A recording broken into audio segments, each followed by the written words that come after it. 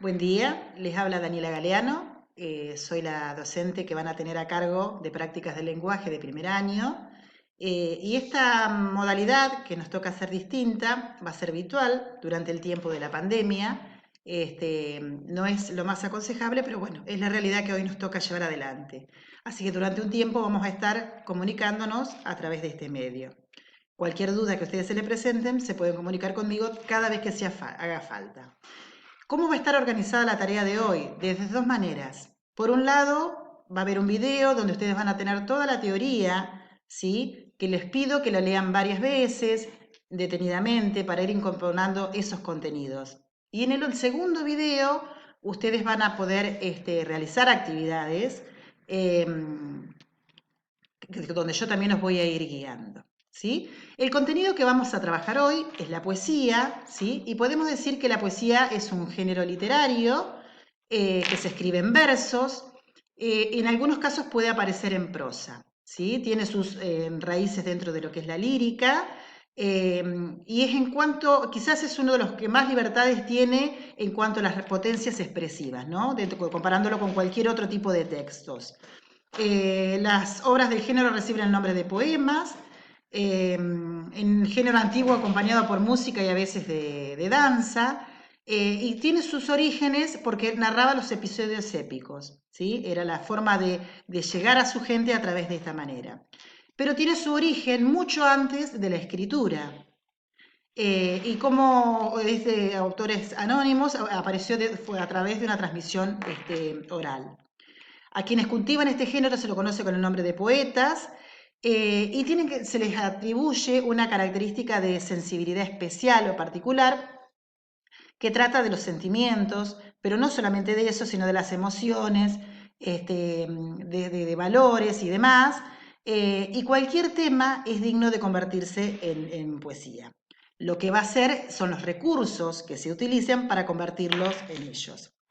¿Cuál es el origen de la poesía? Este, la poesía como la entendemos hoy, ¿sí? Tuvo sus épocas doradas a lo largo de la historia, ¿sí? Eh, Ese género antiguo consistía en cantos acompañados de música y a veces incluso de la danza, narra episodios épicos, ¿sí? Sobre los dioses y los héroes y estas hazañas que ellos llevaban adelante. Fue muy cultivado en la Grecia antigua, donde surgieron los primeros textos que estudiaron este género textual.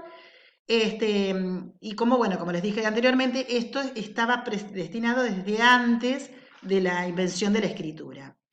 Eh, Durante el medievo europeo, la poesía y la cultura marchan de la mano, ¿sí? También de esta cuestión religiosa cristiana, donde se hace una exaltación de Dios, ¿sí? Y ahí aparece la conocida poesía lírica. Como dije anteriormente, la poesía se permite varias libertades que el resto de los textos no. Por ejemplo, una de las libertades que tiene que ver con esta descripción subjetiva, ¿sí? Que hace desde la interpretación del escritor hasta la interpretación que hace el lector, donde van a intervenir emociones, sentimientos y una serie de cosas.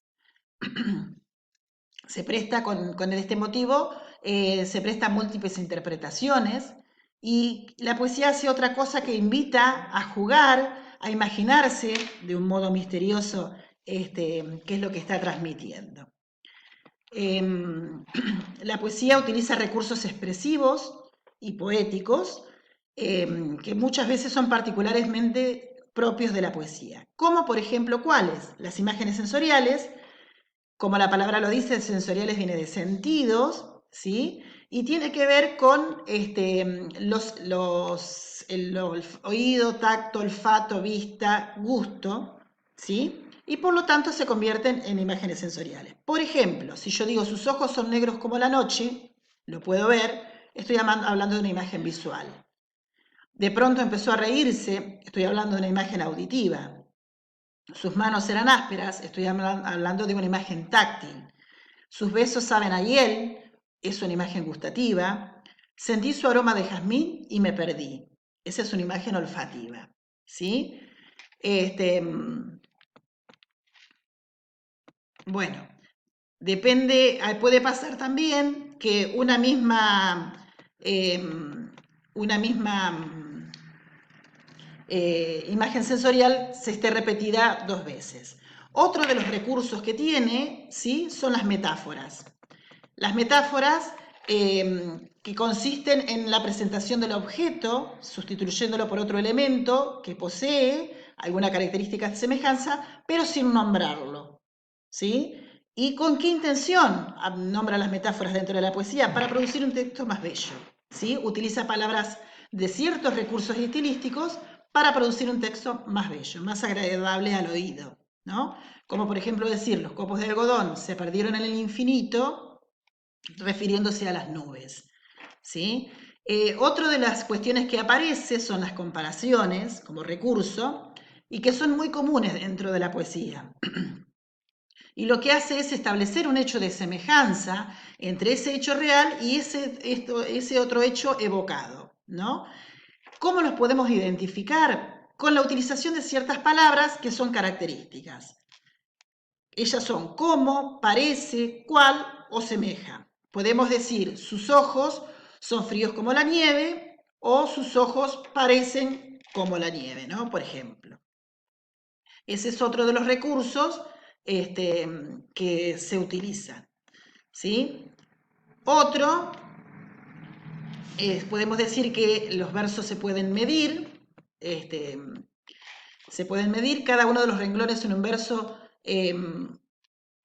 cada uno de los renglones es un verso, y hay una regla que tenemos que tener clara, ¿no? Cuando la última palabra de un verso es aguda o cuando es una monosílaba, se suma una sílaba. Cuando la última palabra de un verso es esdrújula, se le resta una sílaba. Y cuando la última palabra de un verso es grave, la medida va a quedar igual. Generalmente la medida de los versos es la misma, ¿sí? No varía demasiado. Y otra de las cosas que se puede hacer con los recursos es determinar la rima que van a tener la poesía. Esta rima va a ser consonante o asonante de acuerdo a su terminación dentro de la poesía. Podemos encontrar dentro de la poesía este recurso u otros, ¿sí? O varios o características como algunos, ¿sí? Otra de las cosas que puedo encontrar dentro de la poesía es la repetición. En un texto cualquiera, la repetición sería un error gravísimo, ¿sí? Por ejemplo, en un texto periodístico, pero la poesía es un recurso que utiliza y mucho, ¿sí? Justamente acentuando o repitiendo estas palabras a las que quiere hacer llamar la atención, ¿sí? Es una característica propia del recurso de la poesía, que se lo permite, ¿sí?